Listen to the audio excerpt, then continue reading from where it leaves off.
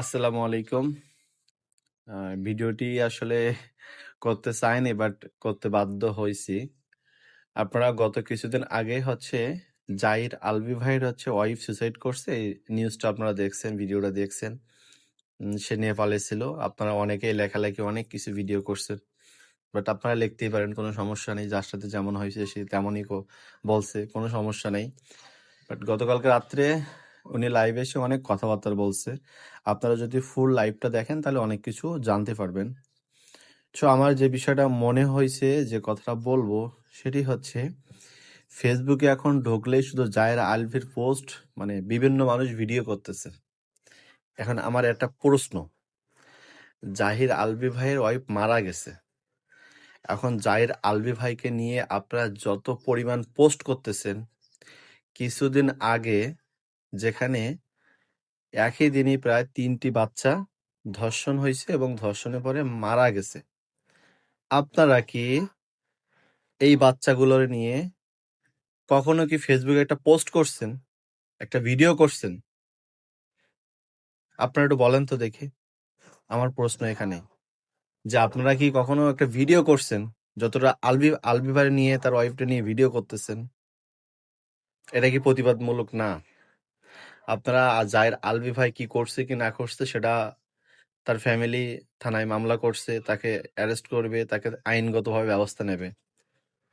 আপনার আমার তো কিছু বলার নেই। আর আপনারা যদি এতই প্রতিবাদ করেন, তাহলে এই যে 3টা বাচ্চা ধর্ষণে মারা গেল, আপনারা কই ছিলেন? আপনাদের আইডি থেকে একটা পোস্ট আছে? এগুলো সব ভিউ কামানোর ধান্দা। মানুষ বর্তমানে টাকা ইনকাম করার জন্য যে কত নিচু নামতে পারে, তা এই পাবলিক গুলো না দেখলে বোঝা যায় না। আপনার যদি এতই ভালো কথা বলার ইচ্ছা থাকে, তাহলে আপনি অন্যায়ের বিরুদ্ধে প্রতিবাদ করেন। আপনার যেখানে ভিউ হবে আপনি সেখানে কেন ভিডিও বানাবেন?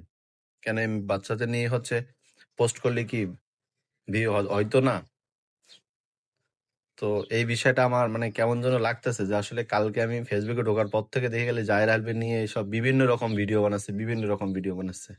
মানে এখন ট্রেন্ডিং এ এগুলো চলতেছে, তো ছাড়লে ভিউ হবে, ভিউ হইলে টাকা হবে। এগুলো বাদ দেন, আপনারও একদিন মরতে হবে। যদি সেই কথা বলার ইচ্ছা থাকে, সেই ভিডিও বানানোর ইচ্ছা থাকে, তাহলে আপনি অন্যায়ের বিরুদ্ধে ভিডিও বানান, ঠিক আছে? এগুলা এগুলা করেন না, বুঝছেন? কার অন্যায় না সেটা আইনগতভাবে তার ফ্যামিলি জানে এবং সেটা আইনগতভাবে ব্যবস্থা নেবে। আপনি আমার কিছু করার নেই। আমাদের যেটা করার, এই বিষয়গুলো নিয়ে ভিডিও করার দরকার। এইগুলো বাংলাদেশে প্রতিরোধ করার দরকার।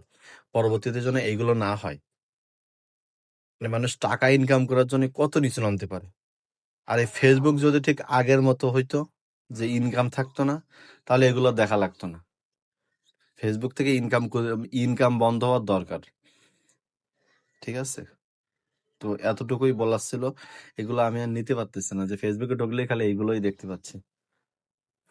তো সবাই ভালো থাকবেন আর অন্যায়ের প্রতিবাদ করবেন। এগুলো দিয়ে কিচ্ছু হবে না, এগুলো 2 দিন পরে শেষ হয়ে যাবে। কিন্তু যেগুলো আমাদের বাংলাদেশে, যেগুলো অন্যায়, এগুলোর প্রতিবাদ করেন। এগুলো যদি কিছু হয়, আজকে হাদিবার এখনো পর্যন্ত বিচার হয়নি, এই বাংলাদেশে এখনো পর্যন্ত বিচার হয়নি।